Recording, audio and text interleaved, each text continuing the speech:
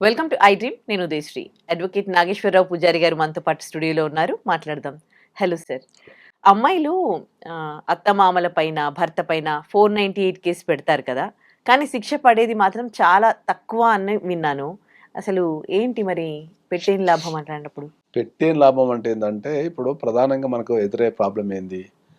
మనకు పెళ్ళైన అమ్మాయికి అత్తగారింట్లో భర్త గాని, లేదంటే అత్తమామలు గాని, లేకపోతే ఆడపడుచులు గాని, లేకపోతే భర్త యొక్క అన్నదమ్ములు వీళ్ళందరూ ఆ అమ్మాయిని మానసికంగా గాని, శారీరకంగా గాని, ఫైనాన్స్ పరంగా గాని ఏ రకంగా ఇబ్బంది పెట్టినా కూడా హ్మ్.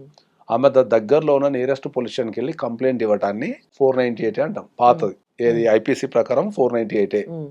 బిఎన్ఎస్ ప్రకారం 85 బిఎన్ఎస్ అంటాం మనం. ఓకే.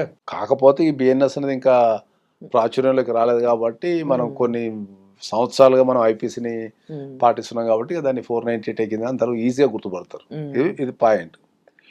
498 ఒక అమ్మాయి కంప్లైంట్ ఇచ్చిన తర్వాత భర్తకు గాని, అత్తమామలకు గాని శిక్ష పడకపోవడానికి ప్రధాన కారణం ఏంది అంటే ఏందంటే, నువ్వు అమ్మాయి రాసే కంప్లైంట్. కంప్లైంట్ సరిగ్గా రాయకపోవడమా? రాయరు వాళ్ళు ఎప్పుడు కూడా రాయరు. ఎందుకు అంటే ఏందంటే, అమ్మాయిలు ఎప్పుడు కూడా ఏందంటే ఎమోషనల్ ఉంటారు. హ్మ్. చాలా ఎమోషనల్ ఉంటారు. ఎమోషనల్ తర్వాత ఏందంటే ఆ బాధలో హ్మ్. ఓకే. ఆ బాధలో పోయి వాళ్ళకు ఎమోషనల్‌గా రాసేస్తారు. హ్మ్. ఏది ప్రూవ్ చేయగలుగుతాము, ఏది ప్రూవ్ చేయలేము, ఏది రాస్తే బెటరు, ఏది రాయకపోతే బెటరు హ్మ్. ఇట్లాంటివి తెలవదు. దానివల్ల హ్మ్. ఏమైద్దంటే ఆ 498 గెలవడం అనేది కష్టమైతది. హ్మ్. సో, పోలీసు వాళ్ళకి ఏంది రెగ్యులర్‌గా కొన్ని లక్షల కేసులుంటాయి. వాళ్ళు అదే పని మీద ఉంటారు కాబట్టి, వాళ్ళు ఎక్కువ కంప్లెయింట్స్ చదవరు వాళ్ళు గూడా. చదివి సలహాలు లాంటివి ఇవ్వరు. హుహు. ఇవ్వకుండా ఏం చేస్తారంటే ఏంటంటే, వాళ్ళు రాసింది తీసుకొని హ్మ్. పిలిచి కౌన్సిలింగ్ పంపడం చేస్తారు.